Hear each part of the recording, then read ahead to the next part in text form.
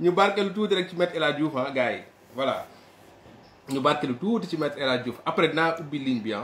parce que pour que patriote yi wax quoi xam nga réseaux sociaux yi dañoo démocratiser léegi lépp la parole la communication voilà ku mu neex nga dem ci télé yi nag wax ba géex mais bu ñu neexee aussi ñu ubbi suñu réseaux sociaux wax li ñu neex wax li ñu saf quoi wax li nga xamante ni moom la ñu voilà quoi moo ñu neex donc bu ci kanamee dinaa ubbi live parce que je sais que am na patriote yoo xamante ne nii bëgg nañ génne li nekk si ñoom bëgg nañ wax voilà ci 94 milliards yi ci Maître El Hadji Diouf génnam bi voilà man li ma bëgg rek mooy ñu wax ko ci yar ko ak yar quoi voilà wax ji nag mën na dëgër comme ni ma koy waxee wax ji moom mënul neex voilà waxuma wax bu kii waaw moom daal saaga yi lay bañ xam naa ne sax fii kenn du saaga mais c'est juste pour préciser que loolu daal lañ fi xaw a voilà mais wax ji nag ku mu neex nga wax li la naqari wala li la neex amul benn problème après naa ubbi ligne bi comprendre nga mais comme ni ma ko waxee rek xam nga réseaux sociaux yi daf ñu permettre tey xam nga ku mel ni kaña boobu di Maître El Hadji Diouf ngeen baal ma parce que kaña la en réalité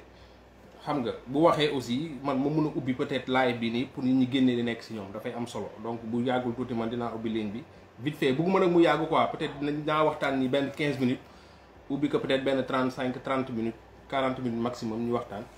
comprendre nga di demander rek pour patriote yi nga xam dinañ dugg après gars yi ñu def ko benn 2 minutes rek ngeen jàppale ci rek xam nga ku nekk mën a dugg wax li nekk ci moom benn 2 minutes taf ku nekk wax lu la neex waaw ku nekk wax li la neex li nekk sa xol nga génnee ko quoi lu jëm ci wàllu génnu Maître El Hadji Diouf bi ak de manière générale ñi nga xam dañuy critiquer Ousmane Sonko critique boo xamante ne nii du critique mais c'est-à-dire dañ koy attaquer ci yoo xamante ne nii li yàlla xam doy na et puis 94 milliards yi voilà man gis-gis bi ma ci am mooy débat technico-juridique bi xam nga depuis début bi ñu ngi ci nekk quoi buñ ci nekkaatee aussi répétition lay nekk ci ñi nga xamante ñoom ñooy waax ñoom ñoo ci kii mooy débat juridico xam nga technique bi man je pense que c'est une communication politique qu'il faut xam nga wàcce ko ci benn niveau bu oyof Sénégal yépp xam problème mu 94 milliards yi fu mu sosoo ak fi mu yegg si tey waaw ku ci bëgg a intervenir aussi nga wax ci man comme ni ma koy waxee rek sénégalais yi wala nga leen di wax affaire ay ñoom ay deniers publics yooyu yëpp mën nañ ko comprendre xam nga lu jëm ci wàllu xam nga état de droit réel yooyu yëpp mën nañ ko comprendre xam nga lu jëm ci wàllu xam nga copie collationnée xam nga c'est des termes yoo xam c'est trop technique en fait comprendre nga man su ma sañoon daal ñuy wax sénégalais ay gars yi dañoo dóor xaalu Sénégal dañu leen béjjën dañu leen linjaa xam nga yooyu yëpp mën nañ koy expliquer ci benn terme bu tranquille xam nga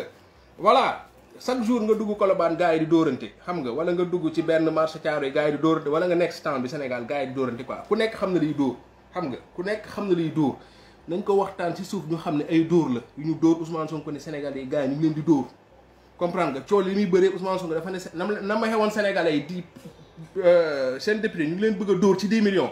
ne leen seen député ñu ngi leen di dóor parce que ñoom ñi ngi fay 1500 impôts au moment où l'enseignant wala keneen ki di fay leneen ak leneen ak leneen dóor yooyu noonu rek moo ci nekk affaire yi ay dóor la nañ wàccee débat bi affaire bi gën a yomb parce que ñoom wax ju bari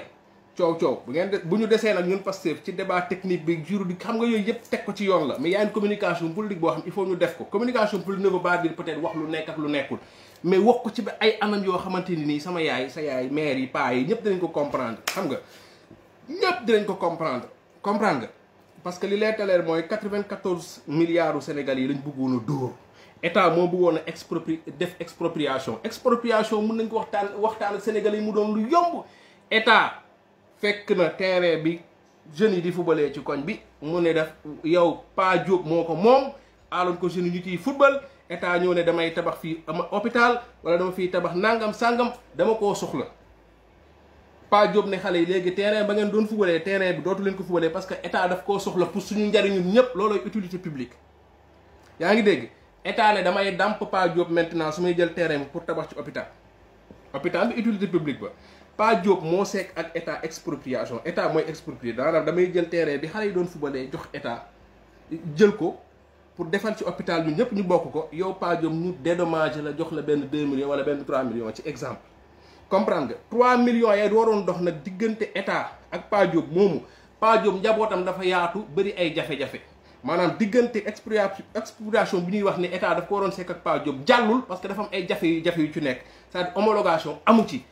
état sa exproprie te montant bi nga xam sax moom la ñu namoon pour jox ko Pa Diop pour mu récupérer suufam boobu noonu mu ngi tolloon ci par exemple ci ni ñu ko waxee ci kii bi ñu ngi ko estimé à 3 milliards man Issa ma dëgër fit ba dee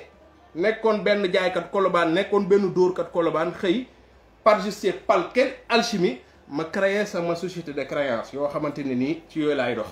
ma ñëw fexe naa ba dugg ci diggante Pa Diop ak état bi nga xamante ñu ngi woon di lijjanti nu ko état joxee 3 milliards pour récupérer suuf si pour def ci hôpital supposons parce que expropriation boo koy def c'est pour récupérer terrain bi def ko loo xam si utilité publique mooy loo xamante ñépp mën nañ ci jariñu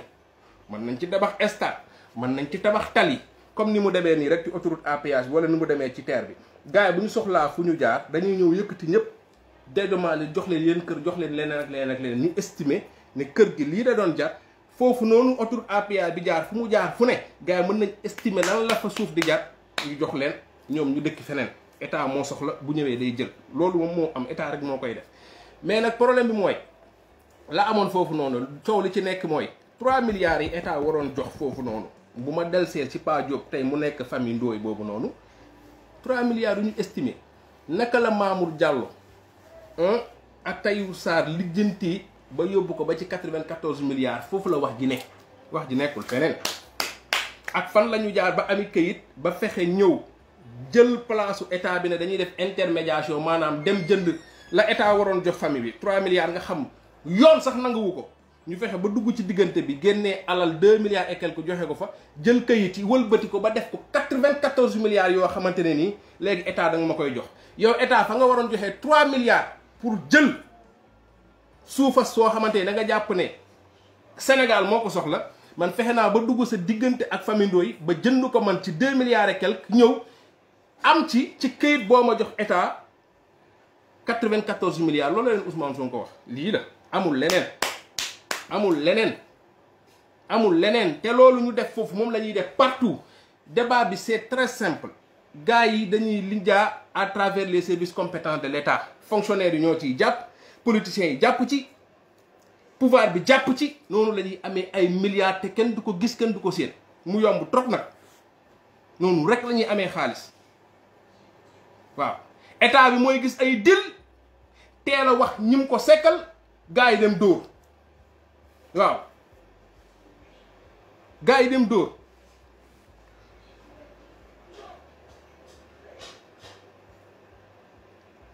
léegi coow li indi nañ ko ba ci Ousmane Sonko daf ci soxla woon 11% ak 10% mais Me El Hadji Diouf moom mu di wax moom bu amee procès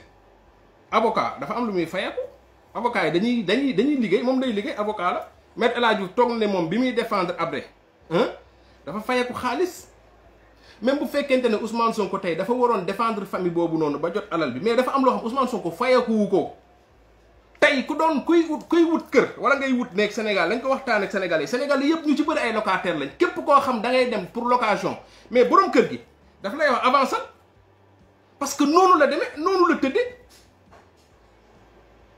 la tëddee booy dem hôpital sax ci yenn anam yi mais da ngay jënd ticket état sax du def ci yàlla naa de astama un privé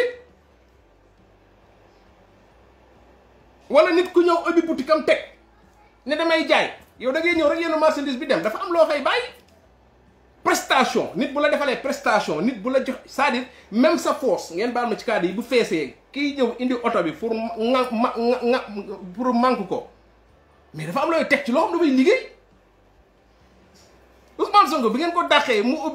ubbi nañu d'accord sax que ne ok dafa bëggoon léegi nañu dem sax ak ñoom Ousmane Sonko bu ñu ko dàqee pour toroxal ko moom yàlla may ko mu jàgg am xam-xam macha allah ubbi ni ñu koy waxatee sax Atlas ak Mertalex boobu muy wax na nekk Atlas na nekk Mertalex na tudd Macky Sall na tudd APR ubbi fu muy liggéeyee pour daan dooleem kayit ya muy liggéeyee ak la mu sampee fa muy liggéeyee état moo ko jox mu teg ko ne man damay liggéey ca liggéey ba muy liggéey dafa am lu ko régir ne yéen bu ngeen di liggéey nii lay demee comme ni ñu nee Pastef boo dee Pastef ay textes yu ko régir boo nekkee membre nii ak nii ngay mel nii ak nii ngay taxe fii ak fii ngay toog boo bokkee ci daayira bi fii ak fii ngay cotiser da ngay ñëw daayira tel jour nii ak nii ngay def nii ak nii lay demee boo bokkee ci ASC bi nii ak nii lay demee même maire yi seen ndatt yooyu ñuy def par dimanche sax dafa am nu muy demee donc liggéey bu Ousmane Sonko di def ci privé dafa am nu muy demee loolu Ousmane Sonko décidé wu ko lan moo waroon a mën a tere Ousmane Sonko moom mu dem ne famille bi damay liggéey ngeen jot seen xaalis ngeen jot ma sama 11% lan c'est-à-dire cooli mooy loolu ñuy reproché Ousmane Sonko ndax yoon da koo daax xam nga wax dafay war a logique quoi wax dafa war a leer quoi léegi lan la ñuy reproché Ousmane Sonko mu gagné sa vie dignement dem nañ bay reproché Ousmane Sonko mu gagné sa vie dignement c'est-à-dire c'est le monde en l'envers quoi da ngay toog gars yi toog moo tax ma ne débat bu mu technique parce que même les journalistes soit dañu comprendre dossier bi wala ils sont de mauvaise foi parce que Maître El Hadji Diouf wax na ba géex mais ba tey waxul 94 milliards yi am na wala amul dóor nañ ko war a dóoruñu ko parce que wax ji du lu Ousmane Sonko bëgg wala lu mu ci bëggul mais ndax loolu am na wala amul bu amee kan moo ko def bu dee Ousmane Sonko def ci bëggoon dara ok ñoom nañu topp Ousmane Sonko moom avocat la na nekk avocat wu état bi ñu topp Ousmane Sonko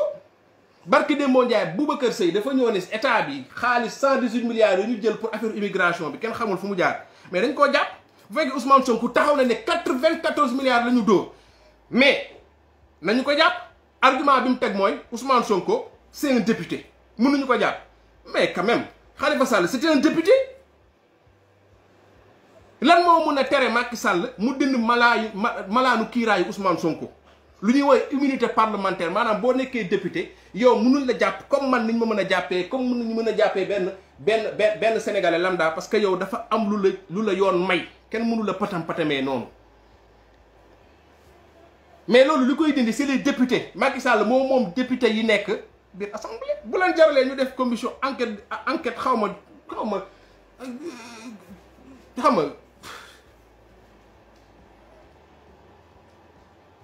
nañu dindi son immunité parlementaire c'est aussi simple que ça bu fekkee waxul dëgg mais nañ ko tëj mais même les journalistes le plus xam affaire bi en fait dafa dem ba nekk benn affaire boo xamante ni journaliste li leen gën a intéressé mooy Maître El Hadji Diouf mu ngi dóor ci kaw Ousmane Sonko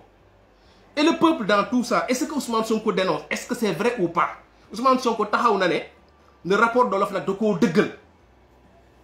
dem na sax ba plus nee na leen sax génnee ngeen lu ëpp 44 milliards yi ma doon wax parce que génnee ngeen 93 milliards Ousmane Sonko mooy kat man su ma déggee ñi ñu naan Ousmane Sonko ñemewul dem prison Ousmane Sonko ku ñeme opposant day ñeme Ousmane Sonko lu fi nit wax ñu yóbbu ko prison Ousmane Sonko wax na ko Sénégal lu fi nit def pour ñu yóbbu ko prison Ousmane Sonko def na ko toog kenn laalu ko lu tax ku moom béy bi ngeen bàyyi buum bi 94 milliards du Sénégal daal France noonu lay demee quoi vous savez ce que c'est 94 milliards est-ce que nit ñi xam nañ li 94 milliards c'est mais parce que Ousmane Sonko moo ko wax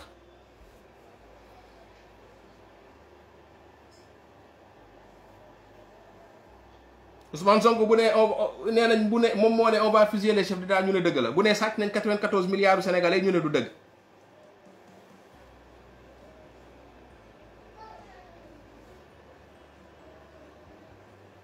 te wallahi chaque jour Sonko day am dëgg seen kaw honorewul sax un journaliste mu invité Maître El Hadji Diouf di wax ci affaire 94 milliards parce que sénégalais parce que je suppose un journaliste tu es bien informé c'est même pas loolu moom moo incompréhensible en fait le gars il est là caméraman bi xam na ne Maître El Hadji Diouf ngeen baal ma day fen réalisateur bi xam na ne day fen Pape Ngagne bi jàkkaarloo xam ne day fen waa TFM xam na ne dañuy fen ñii seetaan ñëpp xam ne dañuy fen même waa kër El Hadji Diouf ngeen baal ma xam nañ ne li muy wax du dëgg même njabootam xam nañ ne kii li muy wax du dëgg Maître El Hadji Diouf ci moom xam na ne li muy wax du dëgg mais Sénégal mooy dëkk boo xamante ne nii c'est-à-dire ñun dinañ yàgg am lu ñu bett am lu ñu métti parce que nu ñuy gën a demee rek ci gën a yeewu ñu bari man je me souviens Aïssatou Diop Fall dama ko doon bégee jàppee ko benn booy boo xamante ni xalal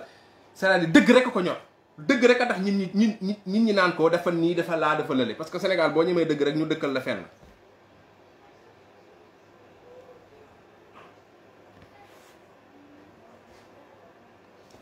Tunkara Mamadou Sy Tunkara gis nañ ko fi Maître El Hadji Diouf mii sénégalais yi dañ ko doon fal def ko député parce que ñu jàppoon ne nitu dëgg la mais c'est-à-dire Ousmane Sonko Sénégal mënuñ ko fay parce que gis nga Ousmane Sonko dafa nekk di génnee le vrai visage le vrai visage de yenn sénégalais yi nga xamante ñun dañu leen nawoon ci lu bari ñu ngi commencé jëfu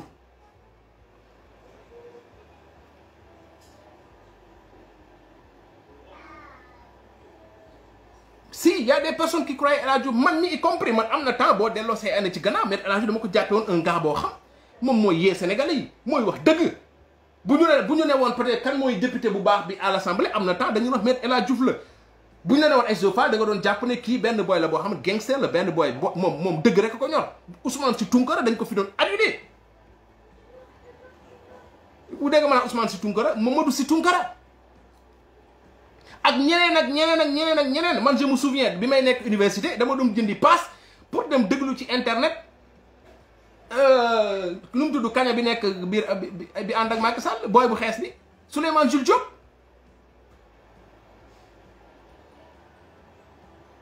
mais léegi Ousmane Sonko avec l'avènement de Pastef Ousmane Sonko c'est-à-dire dëmm yépp a ngi jëfur dans le sens où on voit maintenant leur véritable visage en fait ma waxoon fi nag lenn mooy Macky Sall dina yónni ay opposants yoo xam ils ont le profil d'être de xam nga des grandes gueules yoo xamante ne nii Sénégalais jàpp nañ ne Sénégalais yi bu ñuy wax dañuy xeex Sénégal dañuy wax dëgg Sénégalais yi ak ñoo xam ne dañuy yàq kese gis nga Me El Hadji Diouf affaire troisième mandat bii nii mu yenu du ci dara crédibilité mooy en fait mooy paasam pour Sénégalais yi di ko déglu troisième mandat wu Macky Sall du am lay jiital pour Sénégalais yi jàpp ne kii waxatu dëgg la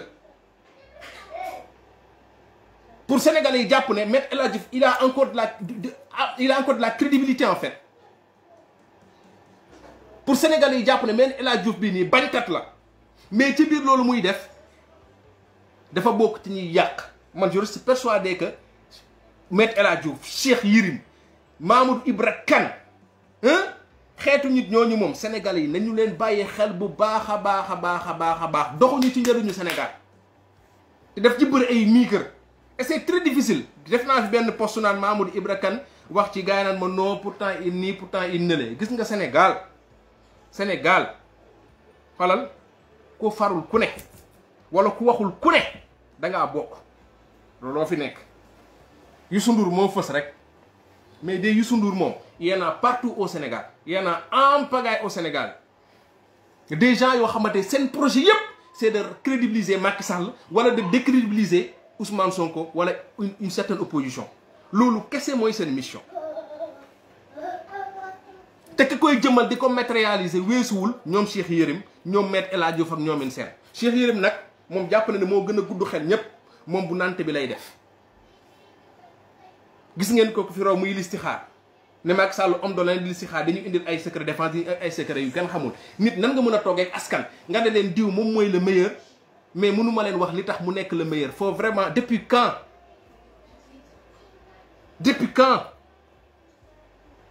day ñëw dóor ëf looloo ko teg ci plateau jàkkaarloo looloo ko fa bàyyi parce que jàkkaarloo état bi moo koy subventionné émission état bi la état bi moo fa teg ak loo ci mënti dégg émission wu Macky Sall moo ko fa teg moo tax ma ne waa gis nga Pastef yi ñoom Maître Tall ak ñoom Amadou Ba ak ñoom nii xoolal bu ñu leen dugalati wax ci bari ci xam nga waaye techniquement juridiquement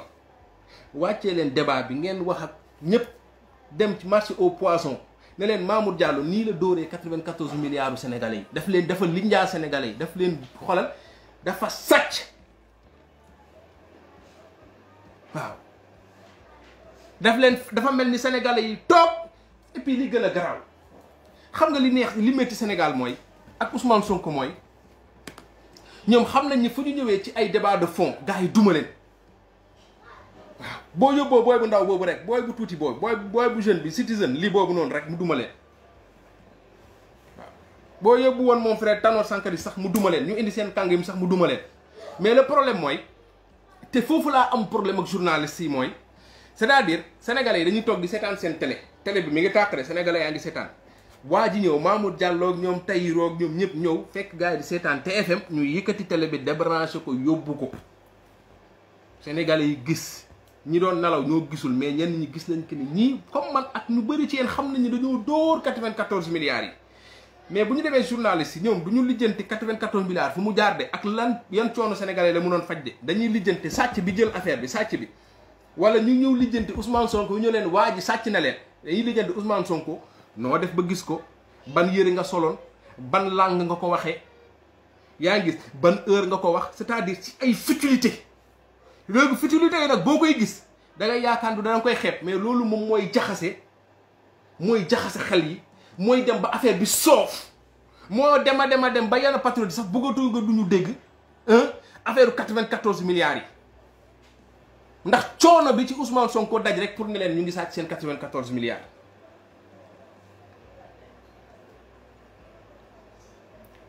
ban intérêt la Ousmane Sonko xam Macky Sall taxaw ne ko da ngeen di sàcc 94 milliards te moom mu ñu mënoon ko ci yóbbu prison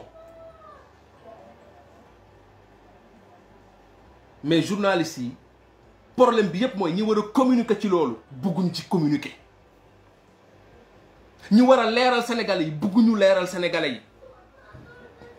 il préfère inviter benn Ali Haïdar ñu nekk ci émotion rek Ali Haïdar wax ay wax yu daw yaram ñu naan daw la yaram Sénégal il préfère c'est-à-dire ñun on préfère être xoolal ci ay émotion en fait on n'est pas pragmatique def ñuy renvoyer encore sax ci Pastef l'idéologie Pastef le patriotisme pragmatique le pragmatisme patriotique ñun amuñu pragmatisme ci ay détails rek la ñuy nekk bu ma toogee fii di live sax di wax yi may sax ñu ne dafa am jot boo demee mi ngi ci kaaw bi liggéeyul deful dara boo demee amul kayit liggéeyul deful dara boo defee dafa am ton chômeur la noonu lañ koy gisee quoi parce que le négatif rek la ñuy gis des fois ma live yi ba pare nit woo ma wax ay waxu dof mais man xam nga man dama sadik man xëy ma rek ñoom si réseaux sociaux yi man damaa anamul dara man damaa faale wut lu bari man damaa tul dinaa ubbi ligne bi gars yi may leen ma 5 minutes rek donc Sénégal dañu nekk ci ay futilité dañu dugal Sénégalais ci ay futilité ba am na Sénégalais yoo xamante ne nii bàyyiwuñ xel que ne sax li Ousmane Sonko di wax 94 milliards yi nii lay rombee mun nga fekk benn groupe jeune sénégalais ñu toog nga ñëw naan leen 94 milliards sàcc nañ leen 94 milliards du ñu ko dégg mais bu ñu nee booy bële di daw na le téléphone la sàcc wala benn sac la këf ñu rey ko ñu dóor ko ba mu dee foofu la Sénégal toll en fait sénégalais yi nga mën a toog ne leen waa ji sàcc na seen nangam milliards lijjante wuñ ko nga dugg ci marché bi fekk booy bu tëdd lu ko rey ñu ne la dafa doon sàcc jën ñu dóor ko ba mu dee sénégalais yi ñoom ñoo sañ loolu sénégalais yi ñoom noonu la ñuy fonctionner en fait parce que sénégalais yi dañu jàpp ne alalu ataa bi du suñu alal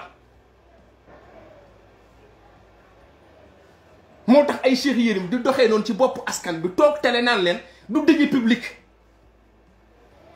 du seen alal boo xam état moo koy remboursé fu état jàppoon ne 3 milliards la fa bëggoon def mu të nit fexe ba état jox ko ci 94 milliards Cheikh Yérim Seck rek moo ñeme ne moom borom xam-xam la toog ne du dëgg public du xaalis askan bi léegi état léegi wax leen ma léegi waa APR ñoom ñoo cotisé jox Mamour Diallo ak tous ces gens là 94 milliards wala Macky Sall moom moo c'est-à-dire fan la 94 milliards yi génnee wala trésor public moom léegi banque privée la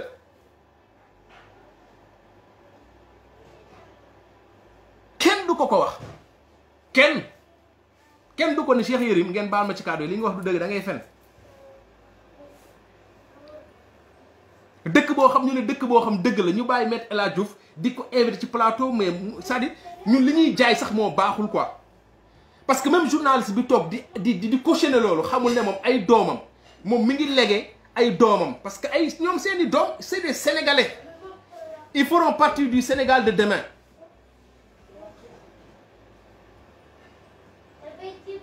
ay magum jëmm ba pare ñu bëgg a ñëw nit ci réseaux sociaux yi ñun nañu noppi quoi Maître El Hadji magum jëmm mag la mais da ngay dem ba doo am problème le mag la ngeen baam mais dafay fen ñoom ñoo tax Sénégal demul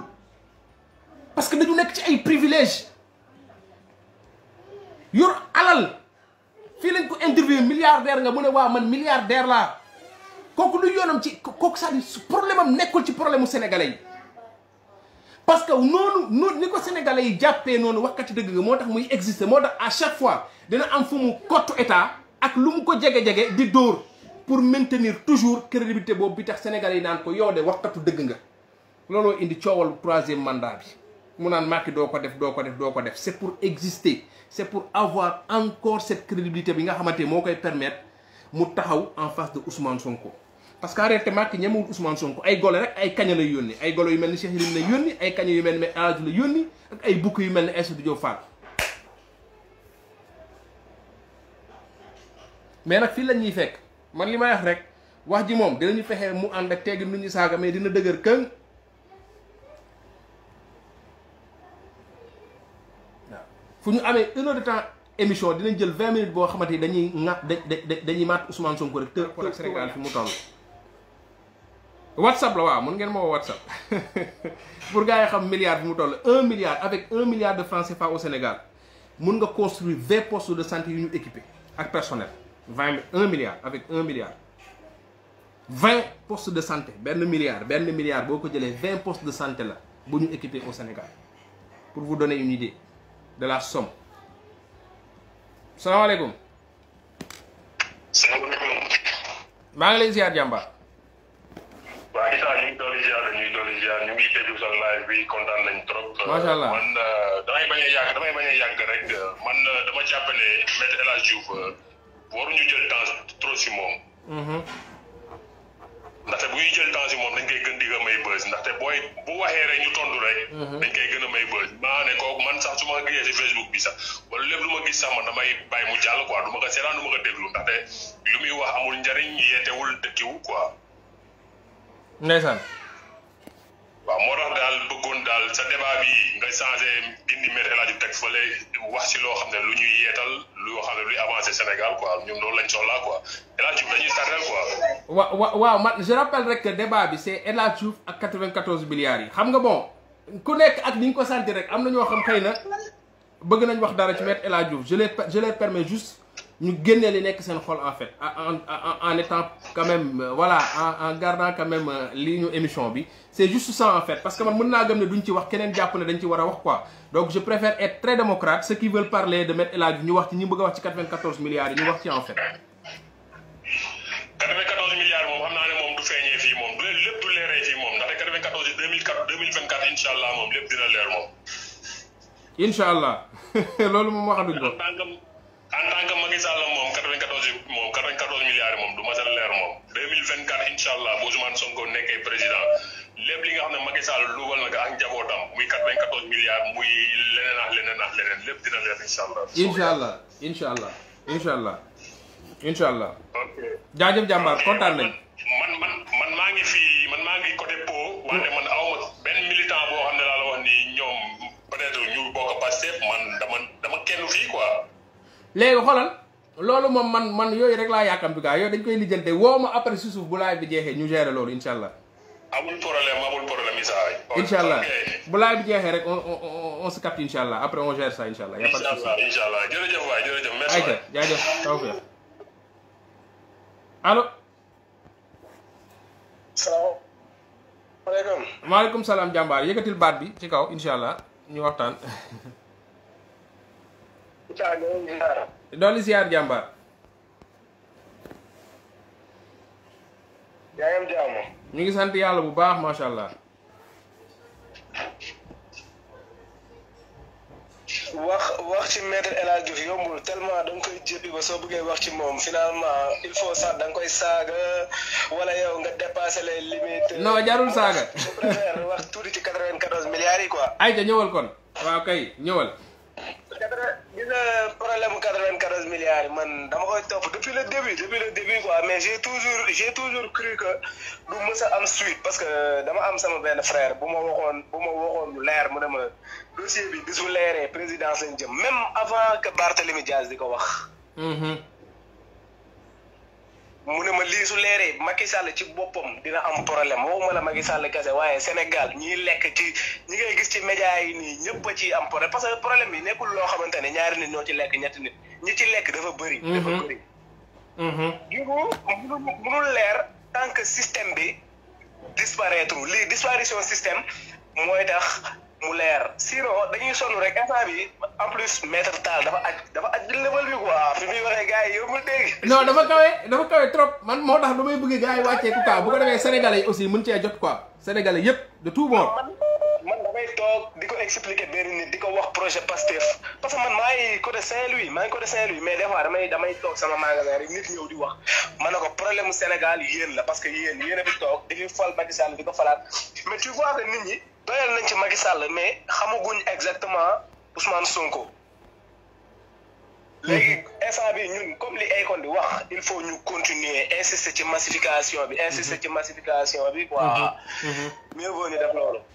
problème 94 milliards moom su ma sañoon ñu noppalu ci rek parce que wax dëgg yàlla du leer tant que Sonko ñëw ci kaw quoi. vraiment yow loolu nga jàpp waaw mais yàlla baax na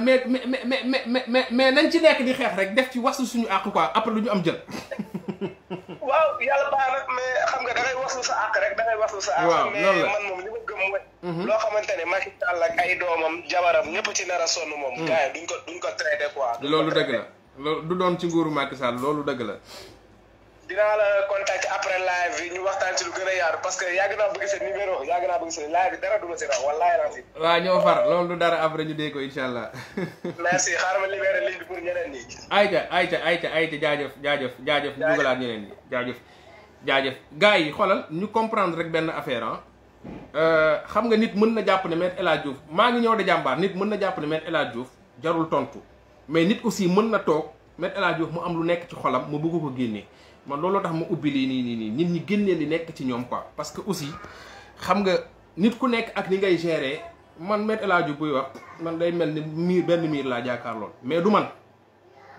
donc ku ci nekk rek am na yëg-yëg boo ci am na nga ko wax en étant vraiment respectueux et puis 94 milliards ku nekk wax ci aussi sentiment bi mu ci am wala njàqare bi mu ci am wala dëgg bi mu ci am wala c'est-à-dire anyway quoi forever ku nekk li nga xamante nii rek moom nga ci sentir rek nga wax ko c'est juste ça le but en fait jàmbaar maa ngi lay ziar ay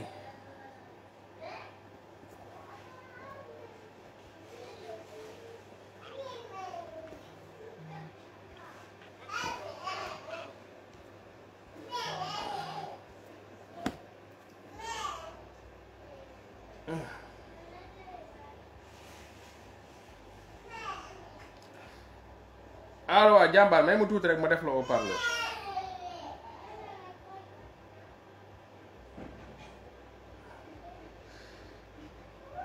allo salaamaaleykum.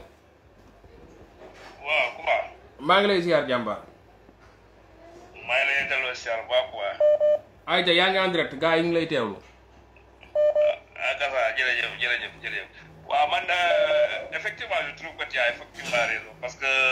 wolof Njaay nee na saay waxul dëgg waaye yàq na xel. effectivement. genre gi voilà parce que xam nga Sénégalais dañu nekk peuple boo xam ne dafa bëri ñi nga xamante ne comprendre ñu.